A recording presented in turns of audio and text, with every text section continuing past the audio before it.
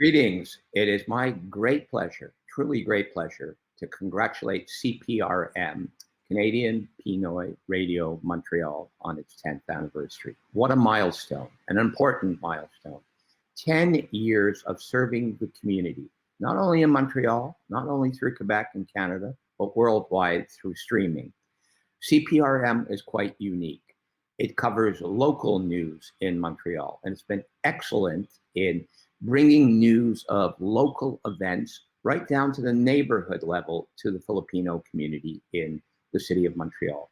There are nearly 40,000 Filipinos in Quebec. Most of them live in the greater Montreal area, and most of them, or at least half of them, live in Côte-des-Neiges-Snowden. CPRM has concentrated news from the neighborhood. The corner of Van Horn and Victoria is the epicenter of Filipino life in Montreal. And the area radiating out from there has all the major Filipino institutions. FAMAS is located in the area. The Dr. Jose Rizal monument and place is in the area. Major Filipino groups use buildings in the area. There are Filipino businesses.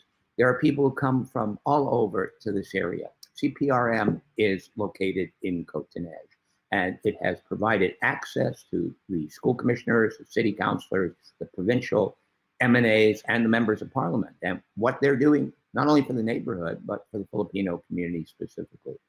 But that hasn't been the only concentration. CPRM also is a link to the culture of the Philippines. It plays wonderful music, modern Filipino music, innovative Filipino music, but also traditional Filipino music. And its audience is global. People listen everywhere. As many of your listeners probably know, I am no longer a city councilor. It was my great privilege to represent the Snowden neighborhood on Montreal City Council from 1982 to 2021. And during that period, nothing gave me greater pleasure than getting to know my Filipino constituents. I was there as Filipinos began to move into the Côte-des-Neiges area. I helped them at their request with all sorts of dossiers, housing dossiers, ensuring they knew information about how the council worked, even things like how and where to pay your taxes. But eventually, as the community put down roots, they began asking for support, and I was privileged to be their voice for all sorts of matters, such as getting funding for the Independence Day parade and party that's held every June 12th, or the Saturday that's closest to June 12th. Helping get funding for Pista Sanayan, getting money to beautify the area around the Jose Rizal statue in Mackenzie King Park, and eventually having City Council authorize naming that area Place Dr. Jose Rizal. I work with the community to get a motion through that recognized June, every June, as Filipino Heritage Month in Montreal. And we also created links with the Philippine Heritage Month Society to coordinate events to make that month a great success, so that everyone, not just Filipinos, knew about Filipino pride in their heritage and their accomplishments, not only as a nation, but here in Canada as well. And to make sure that everybody was invited to the parties, the savor in the food, the music, and the culture. Our work actually eventually ended up in Parliament, where a similar motion was adopted to make June Filipino Heritage Month in Canada. And CPRM was a part of that everywhere, covering each aspect of the legislative process, being present when the motion was adopted. It was a very, very cold February night in 2018. The meeting held by the Borough of Côte-des-Neiges NDG was not in the Côte-des-Neiges portion of the borough, but in NDG. And despite that, nearly 250 people from the Filipino community came out to support my motion. Very cold night, far away, but the community felt it was important. The councillors were impressed. The motion was adopted. The rest is history. So CPRM has played a role in this history. CPRM was in Ottawa when the vote went through the House of Commons, when the Prime Minister came to address the delegates of the Filipino community. CPRM was there to record it and make it part of history. And CPRM has done far more than its small stature would imply that it couldn't do. And as such, as councillor, I was very, very honored to always be available for your news broadcast, for interviews, to work with you, and to use the medium as a way to reach the community for important consultations on neighborhood affairs.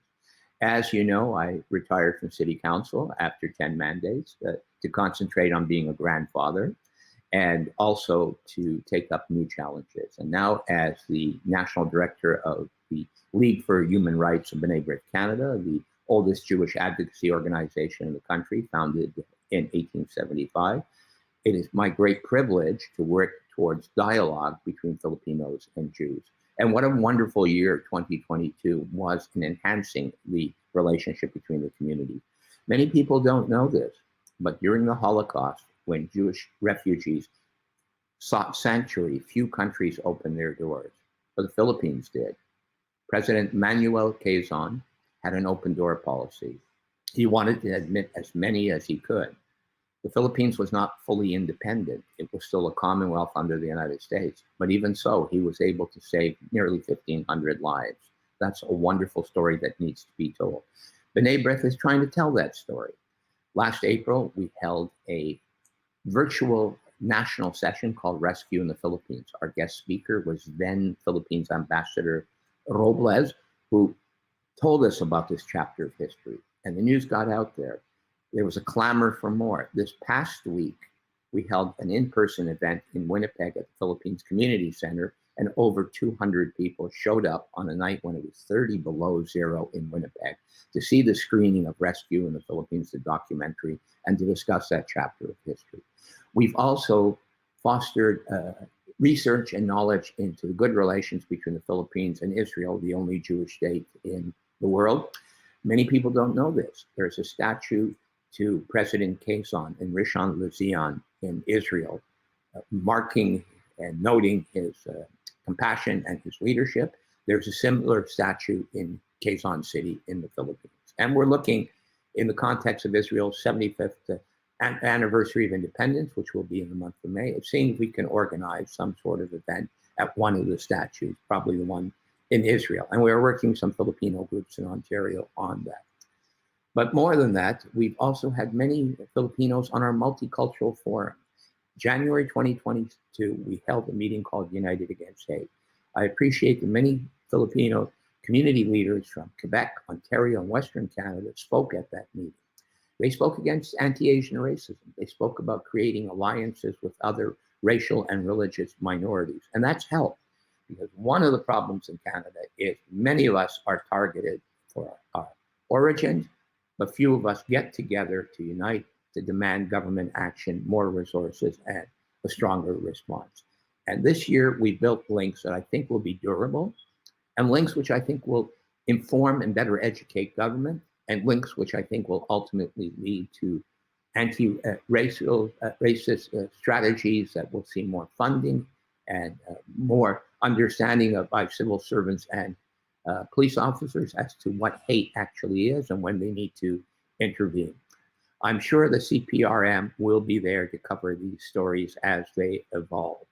Recently, CPRM covered a story where B'nai B'rith, working for the Ontario Anti-Racism Directorate, invited speakers to talk about their communities and their experiences and to seek solutions that could be applied not only to their communities, but to other communities facing similar problems. And as such, I look forward to working with CPRM for the years to come in the same way as I did when I was a city councillor. And I congratulate your strong commitment to getting the news out to the community. Mabuhay CPRM.